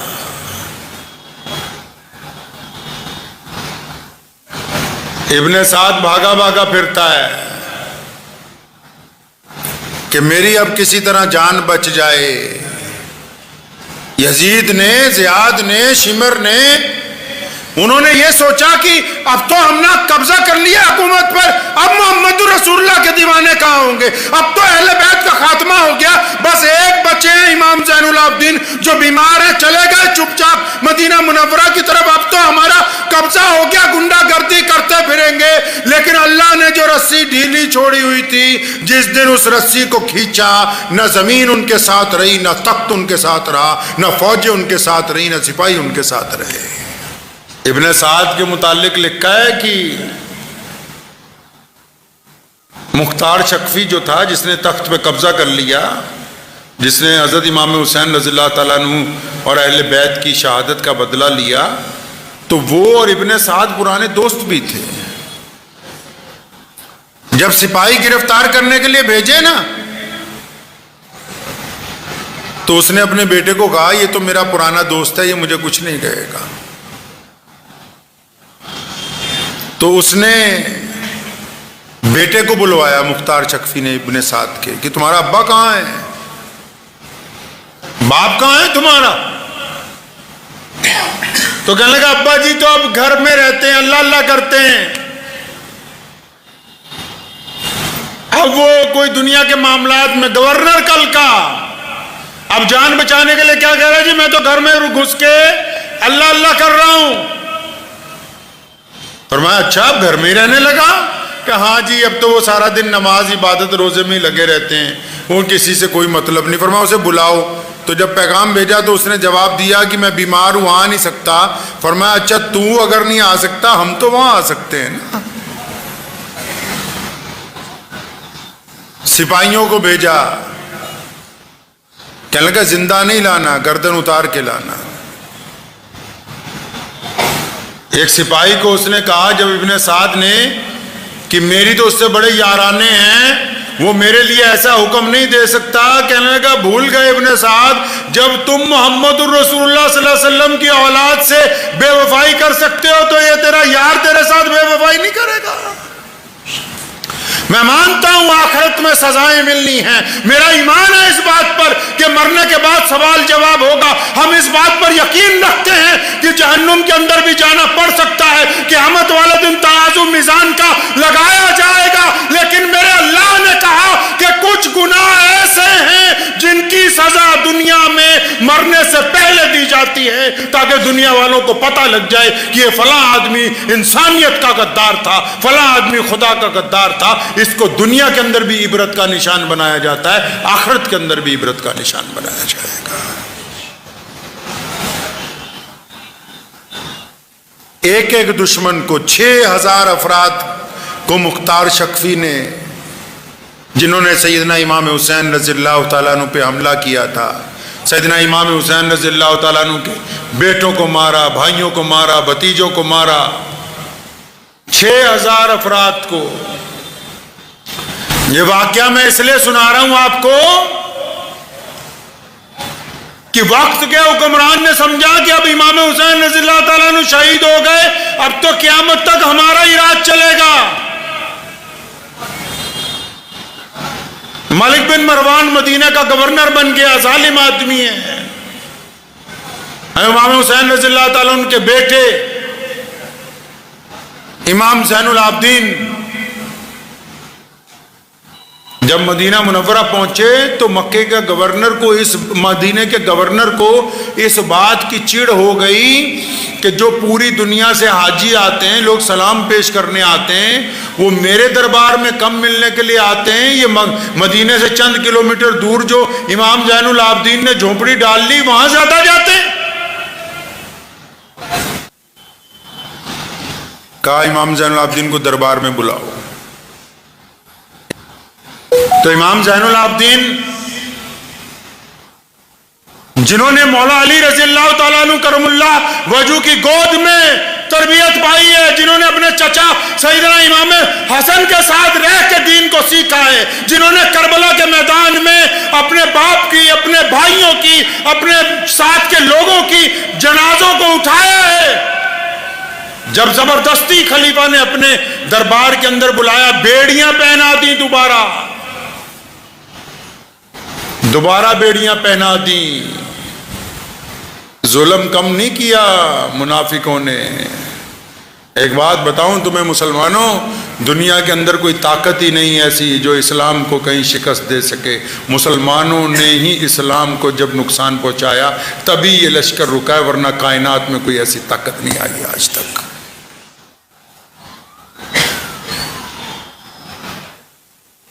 بیڑیاں پہنا دی امام زین العابدین رحمت اللہ علیہ کو. دوبارہ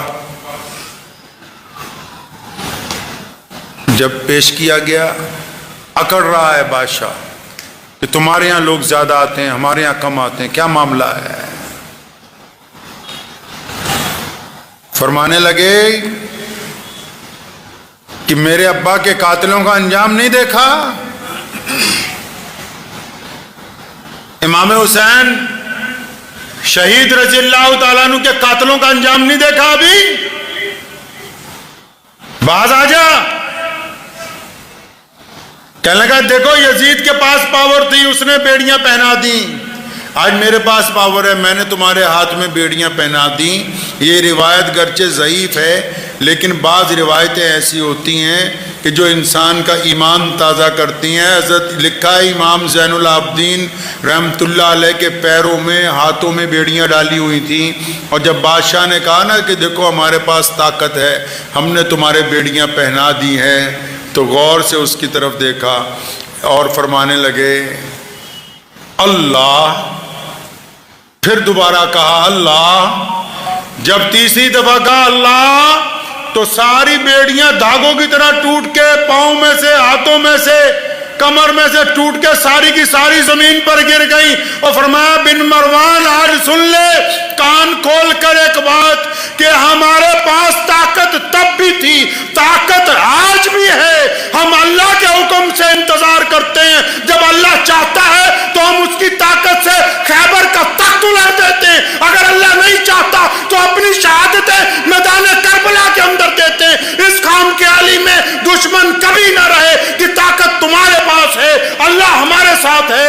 کائنات کی طاقتیں ہمارے ساتھ ہیں. خلیفہ اٹھ کے کھڑا ہونے فرمایا زمین پر بیٹھ جا. روایتوں میں لکھا ہے کہ اس کی ہمت نہیں ہوئی زمین پر اٹھنے کی, زمین پر گھٹنوں کے بل بیٹھ گیا وہیں پر. فرمایا اس خام خیالی میں نہ رہے کہ آل محمد صلی اللہ علیہ وسلم کے پاس طاقت نہیں ہے, اہل بیت کے پاس طاقت نہیں ہے. جو کائنات بنی محمد رسول اللہ کے وسیلے سے ہو, ان کے پاس اگر اللہ کی طاقت نہیں ہوگی تو پھر کس کے پاس ہوگی؟ فرمایا پہلے بھی تھی اب بھی ہے, بس فرق صرف اتنا ہے کہ ہم اللہ کے اشارے پر اس کا استعمال کرتے ہیں اور اللہ کے اشارے پر ہی بس رک جاتے ہیں, اور کوئی بات نہیں ہے. کربلا کے بعد کے واقعات یہ بتاتے ہیں کہ ظلم کرنے والے لوگ جو ہیں وہ کبھی کامیاب نہیں ہوئے. کربلا کے واقعات اس بات کی گواہی دیتے ہیں کہ جن کا دل اللہ نے بڑا رکھا ہے ان کا نام قیامت تک زندہ رہے گا. یہ شمر جس نے پانی بند کیا تھا, جب یہ اپنی جان بچاتا وہ بھاگتا پھر رہا تھا تو مدینہ منورہ کے اطراف میں جنگل میں امام زین العابدین کو مل گیا. پانی مانگا, پیاسا تھا بہت, انہوں نے پانی پلایا. پانی پی کے کہنے لگا لگتا ہے آپ نے مجھے پہچانا نہیں. اور فرمایا یہ کیسے ہو سکتا ہے, تو نے میرا پورا خاندان قتل کر دیا, میں تجھے نہ پہچانوں؟ فرمایا پھر بھی پانی پینے کے لیے دیتے ہو؟ فرمایا وہ تمہارا ظرف تھا کہ تم نے ہم پر پانی بند کیا. یہ آل رسول کا ظرف ہے صلی اللہ علیہ وسلم کہ ہم دشمن کو بھی پیاسا نہیں رہنے دیتے. اے امام حسین رضی اللہ تعالیٰ عنہ کی شہادت نے یہ دین ہم تک قائم رکھا ہے. اس بات کو ذہن نشین کر لیجئے آپ لوگ. میدان کربلا نے اس دین کو قیامت تک کے لیے قائم کر دیا ہے. کربلا میں جو امام حسین رضی اللہ تعالیٰ عنہ کی استقامت ہے, ان کی جو جرت ہے, ان کی جو وہاں پر بڑی بڑی طاقتوں سے ٹکرانے کی طاقت ہے, اس نے قیامت تک کے لیے مسلمانوں کو استقامت عطا کی ہے, دین کو زندگی عطا کی ہے.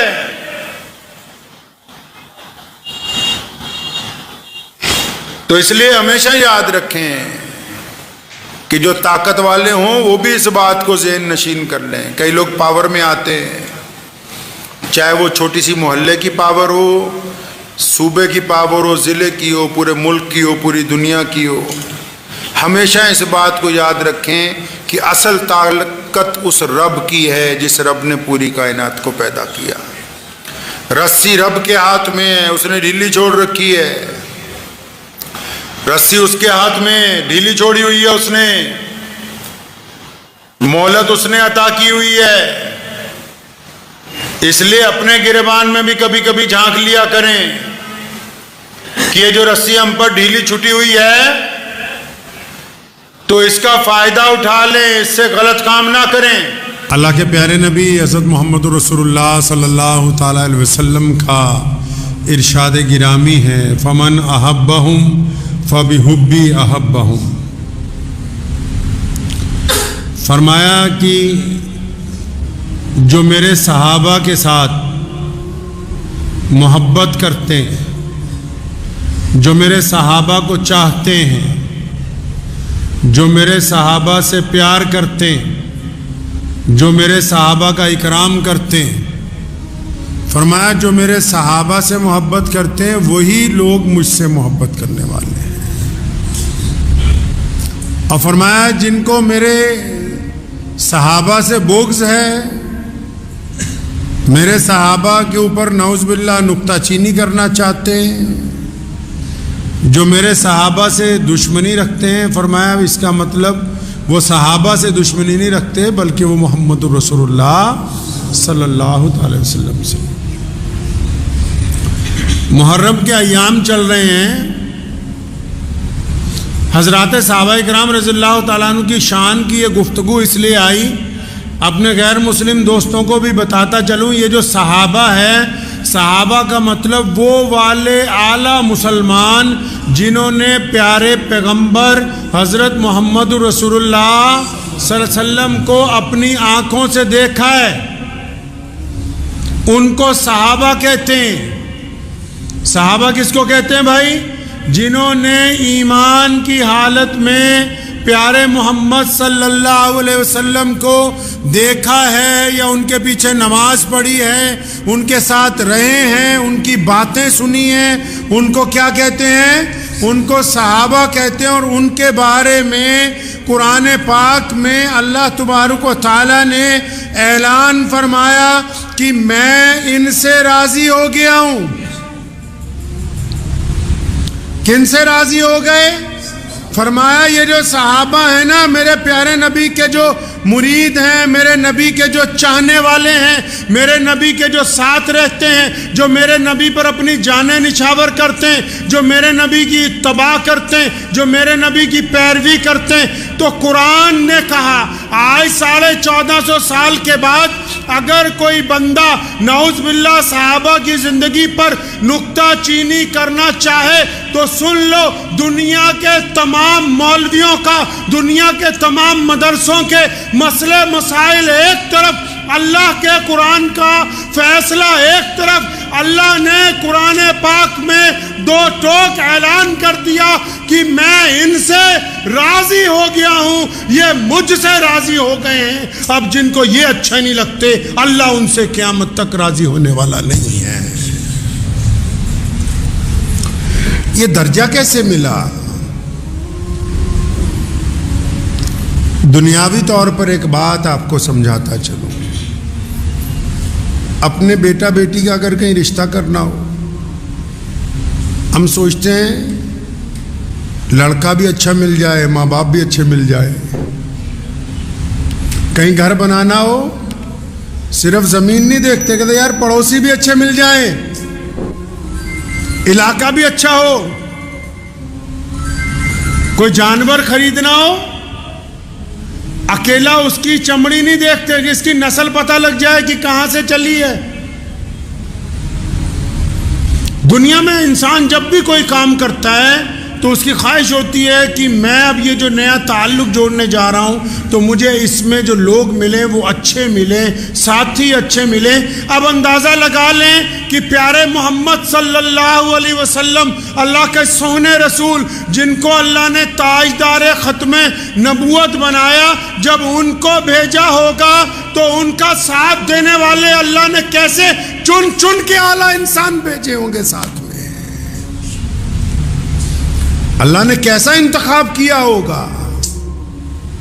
صحابہ کرام رضی اللہ تعالیٰ اجمعین کی جو جماعت ہے، صحابہ کرام رضی اللہ تعالیٰ اجمعین جو تمام کے تمام 1,24,000 کم و بیش صحابہ کی جو تعداد ہے، ان میں تمام کے تمام صحابہ پیارے پیغمبر حضرت محمد الرسول اللہ صلی اللہ تعالیٰ علیہ وسلم کے نور نظر ہیں۔ اللہ ان سب سے راضی ہیں۔ اور یہ تمام جتنے صحابہ ہیں نا، سیدنا ابو بکر صدیق رضی اللہ تعالیٰ عنہ جو سب سے بڑے مسلمان ہیں۔ کون ہے ابو بکر؟ سب سے بڑے مسلمان۔ نبی علیہ السلام نے فرمایا تھا، بخاری میں موجود ہے، فرمایا میں نے سب کا بدلہ دے دیا لیکن ابو بکر کا بدلہ نہیں دے سکا۔ قیامت کا دن ہوگا، میں ابو بکر کا ہاتھ پکڑ کے رضی اللہ تعالیٰ عنہ اللہ کے پاس لے جاؤں گا اور کہوں گا یا اللہ ابو بکر کا بدلہ تو آپ نہیں دینا ہے، کیونکہ دین کو جتنا نفع سیدنا ابو بکر صدیق رضی اللہ تعالیٰ عنہ سے پہنچا، اتنا نفع کسی اور سے نہیں پہنچا ہے۔ سب سے بڑے مسلمان کیسے جی؟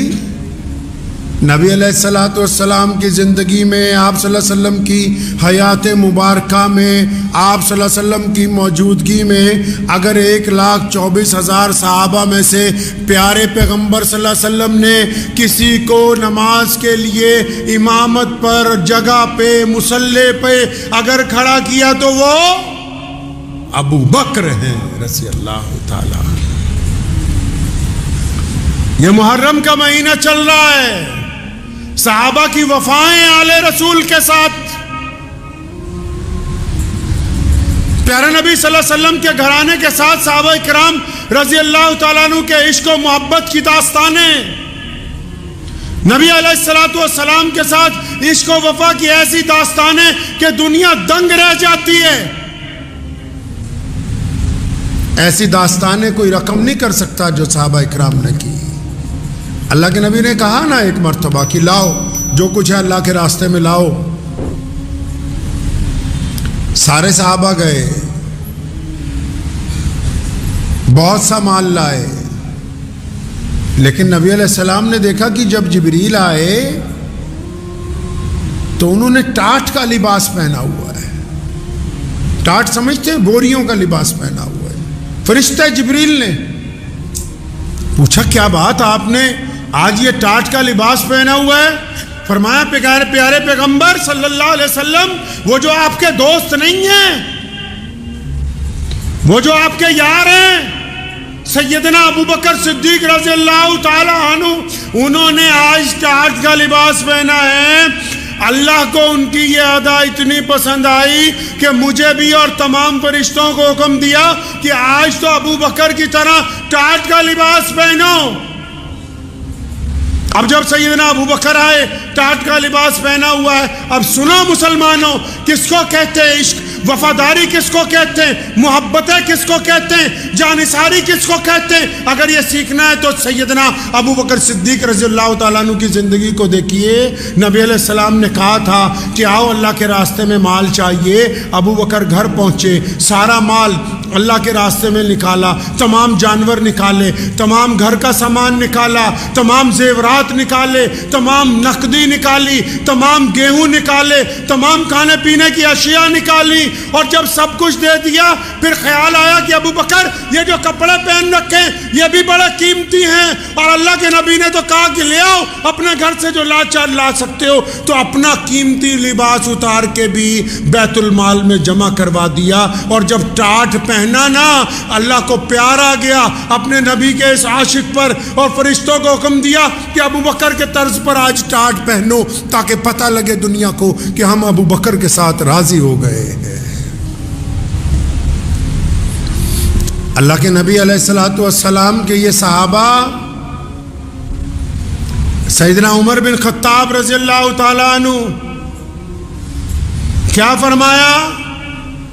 پیارے پیغمبر صلی اللہ علیہ وسلم نے فرمایا اللہ نے عمر کو ایسا درجہ دیا ہے, یہ خطاب کے بیٹے کو اتنی عزتیں فرمائی ہیں. فرمایا میرے بعد کوئی نبی ہو نہیں سکتا ہے قیامت تک, اگر ہوتے تو عمر فاروق ہوتے, ہو نہیں سکتا کوئی نبی. یہ بات اس لیے کہی تاکہ مسلمانوں کو پتہ لگ جائے کہ عمر کا درجہ تو اللہ نے بہت بلند کر رکھا ہے. سیدنا عثمان ذی النورین رضی اللہ تعالیٰ عنہ, اپنی ایک بیٹی پیارے پیغمبر صلی اللہ علیہ وسلم نے ان کے نکاح میں دی. اس کا انتقال ہو گیا تو دوسری بیٹی ان کے نکاح میں دے دی. اور نبی علیہ الصلوۃ والسلام صحابہ کے جھرمٹ میں بیٹھے ہوئے ہیں, آرام فرما ہیں. آپ صلی اللہ علیہ وسلم کی پنڈلیوں سے کپڑا تھوڑا اونچا ہے, ابو بکر آئے ویسے ہی بیٹھے رہے, عمر فاروق آئے ویسے ہی بیٹھے رہے, ابو عبیدہ بن جراح آئے تو کوئی بات نہیں. لیکن جب عثمان آئے نبی علیہ الصلوۃ والسلام نے اپنے کپڑے کو درست کیا اور فرمایا اللہ اس سے حیا کرتا ہے تو میں بھی عثمان سے حیا کیوں نہ کروں. اور کمال ہے مولا علی کرم اللہ وجہہ کی. مولا علی کون ہے؟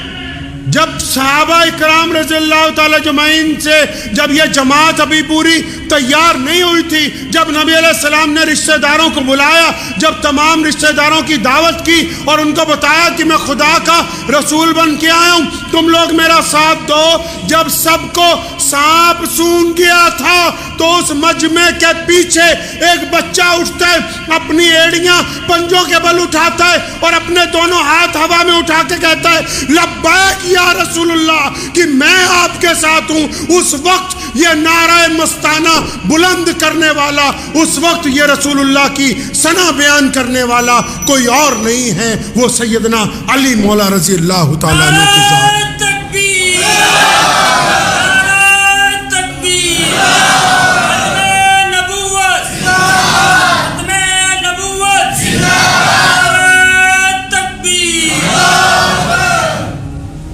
دین ہم تک کیسے پہنچا ہے؟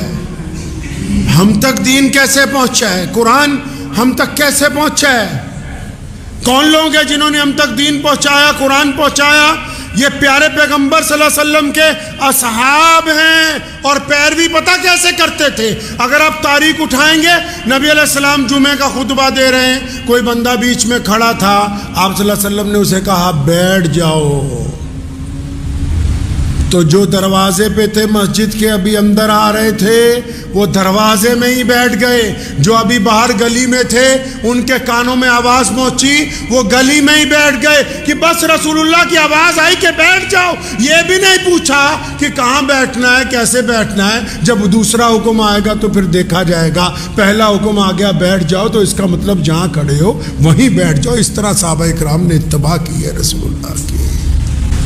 یہ صحابہ کرام کے واقعات آپ کو اس لیے سنا رہا ہوں کہ کچھ لوگ محرم میں نعوذ باللہ صحابہ کی زندگی پر تنقید کر کے سمجھتے ہیں کہ ہم بہت بڑے ترم خاں بن گئے ہیں۔ پہلی بات تو یہ کہ پوری دنیا کے ولی، پوری دنیا کے کتب، پوری دنیا کے ابدال اور پوری دنیا کے مولوی، پوری دنیا کے شیخ الحدیث، پوری دنیا کے مسلمان، پوری دنیا کے دیندار لوگ، ان سب کو ایک پلڑے میں رکھو اور میرے نبی علیہ السلام کے کسی ایک صحابی کی جوتی کو ایک پلڑے میں رکھ دو، قیامت آ سکتی ہے، یہ اس کی برابری تک نہیں پہنچ سکتی۔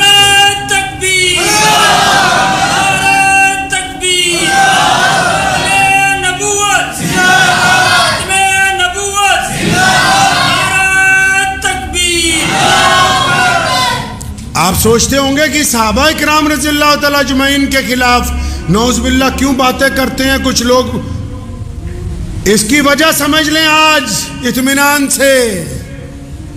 جو بڑی عمارتیں ہوتی ہیں، جو بلند عمارتیں ہوتی ہیں، ان عمارتوں کو اگر کوئی گرانا چاہتا ہے، کمزور کرنا چاہتا ہے، تو پوری کی پوری عمارت کو گرانے کی طاقت نہیں رکھتا۔ عمارت کو کمزور کرنے کے لیے وہ سمجھتا ہے کہ اس کی بنیاد کے جو پلر ہیں، ایک ایک کر کے اگر میں ان کو ہلاؤں گا تو شاید وہ وقت آ جائے گا کہ عمارت کمزور ہو جائے گی۔ صحابہ دین کے بنیادوں کے وہ پلر ہیں جن کو دشمن اس لیے ہلانا چاہتا ہے کہ نعوذ باللہ اگر ان کو ہلا دیا تو روایتیں کس سے ہیں؟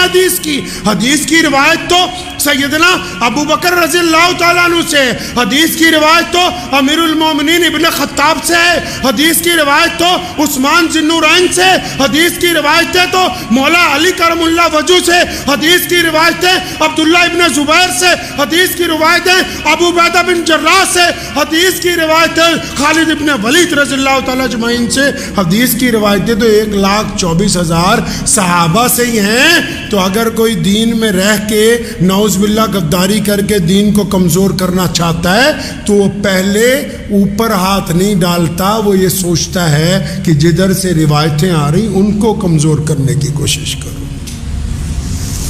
اس لیے یاد رکھیں، کوئی بندہ اپنے آپ کو مسلمان بھی کہتا ہو اور نعوذ باللہ صحابہ کے خلاف گفتگو بھی،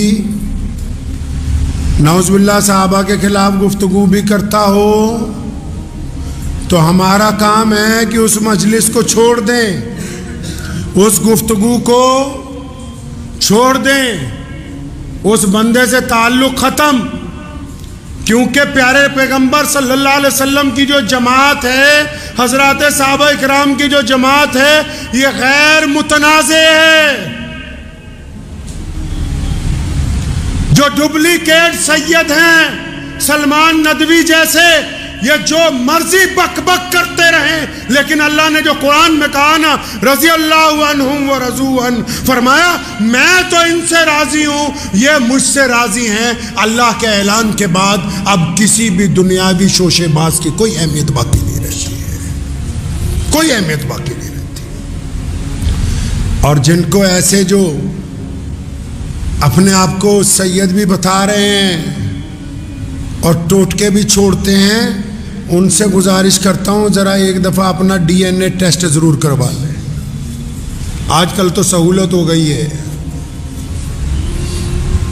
کہ پیارے کے پیغمبر صلی اللہ تعالی علیہ وسلم کی اصحاب پر انگلی اٹھانے والے ہیں کون، آئے کدھر سے ہیں؟ ہمارے دین کی بھائی بنیاد صحابہ کرام رضی اللہ تعالی اجمعین ہے. یہ قرآن صحابہ کے سینے سے ہمیں منتقل ہوا ہے، یہ حدیث صحابہ کرام کے سینے سے ہمیں منتقل ہوئی ہے. یہ روایتیں، یہ پیار، یہ محبتیں، یہ چھوا چھوت سے چھٹکارا، یہ بڑے اور چھوٹے کی تمیز، یہ کالے اور گورے کا ایک صف میں کھڑے ہو جانا، یہ امیر اور غریب کا ایک ساتھ نماز پڑھنا، یہ غریبوں کے ساتھ بیٹھ کر کھانا کھانا، یہ امیر اور غریب کا ایک ساتھ محبتوں کا اعلان کرنا، یہ سب کچھ جو محمد رسول اللہ نے ہمیں دیا یہ صحابہ کے ذریعے ہی ہم تک پہنچا ہے. پوری دنیا جو مرضی کہتی رہے، ہم اپنے پیارے رسول کے پیارے صحابہ کو چھوڑنے والے ہیں نہیں. تو ذہن نشین کر لیں اس بات کو. بہت سارے لوگ بڑے بڑے مسئلے کرتے ہیں، دیسی لوگ ہیں، دیسی بات پتہ ہے کہ ہم محمد رسول اللہ کے وفادار ہیں، اور رسول اللہ کے صلی اللہ علیہ وسلم کے وفادار بننے کے لیے ضروری ہے کہ رسول اللہ کی جماعت کے وفادار بنے، رسول اللہ صلی اللہ علیہ وسلم کے دوستوں کے وفادار بنے، رسول اللہ کے چاہنے والوں کے وفادار بنے، اور سب سے بڑی بات رسول اللہ کے اہل بیت کے وفادار بنے. تو اس بات کو ذہن نشین